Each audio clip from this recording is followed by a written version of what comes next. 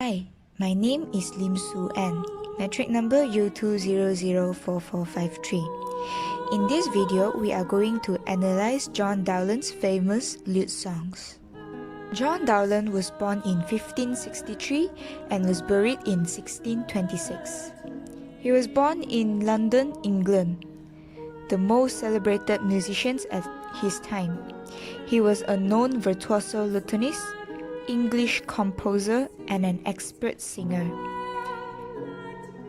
Lute was a string musical instrument having a hollow, typically pear-shaped body with a vaulted back and a long fretted neck.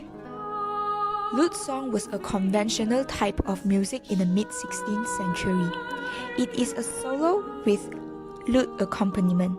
It can also be called as lute air. Firstly, we will talk about Flow My Tears. Flow My Tears was initially made under the name Lacrimae Pavane in 1596, meaning tear dance. It was first made as an instrumental. The lyrics were added by John Dowland himself afterwards. Its style and structure depended on the pavane. Pavane is a slow couple dance common in 16th century. It has a slow beat and minor key. The melody starts by gliding down from the note A to note E by step on the text Flow My Tears. This is the typical motif in Elizabethan music that symbolizes grief of falling tears. It has a perfect cadence at the end of sections A and C, with shift to the relative minor in section B. The ascending leading tone, interval of minor 6 and minor 3rd, frequently connected with death. It has a melodic sequence of AA, BB, CC. It has a use of chromaticism while following the typical rule of counterpoint. Solo vocal with lute accompaniment.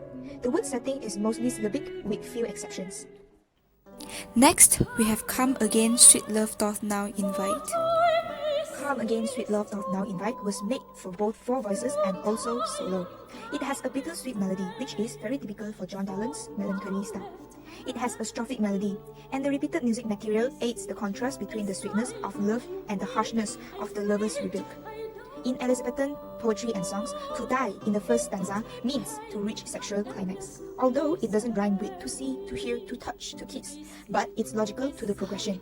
The use of to die in the second stanza is closer to its literal meaning, means he dies for the want of his lover. Move on to In Darkness Let Me Dwell. In Darkness Let Me Dwell was a through composed lute song. Lute part is in a higher priority than the vocal part. The text can be easily heard and understood. The complex relationship between the two parts gives this piece its melancholy character. The emotions in this piece is illustrated by dissonance and harmonic instability. The piece closes with a drawn-out cadential figure of an F major leading down to E major triad, with the vocal part ending solely on third chord.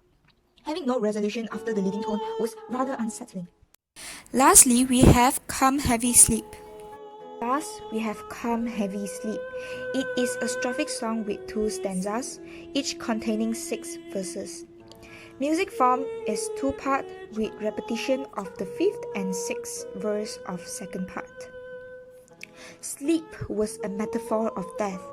There's an interesting modulation sidestep of the 2nd part from G major key and return. The opening harmony rocked gently between G, D, and C. The melody quickly reaches more exotic and uneasy harmonic regions. Striking shifts occurs just between the song's two phrases. The first closes on a G chord, which resonates in the lute's open strings. The second phrase opens with an abrupt change to B major, which would abruptly require a more quieted tone on the instrument. It has melodic idioms.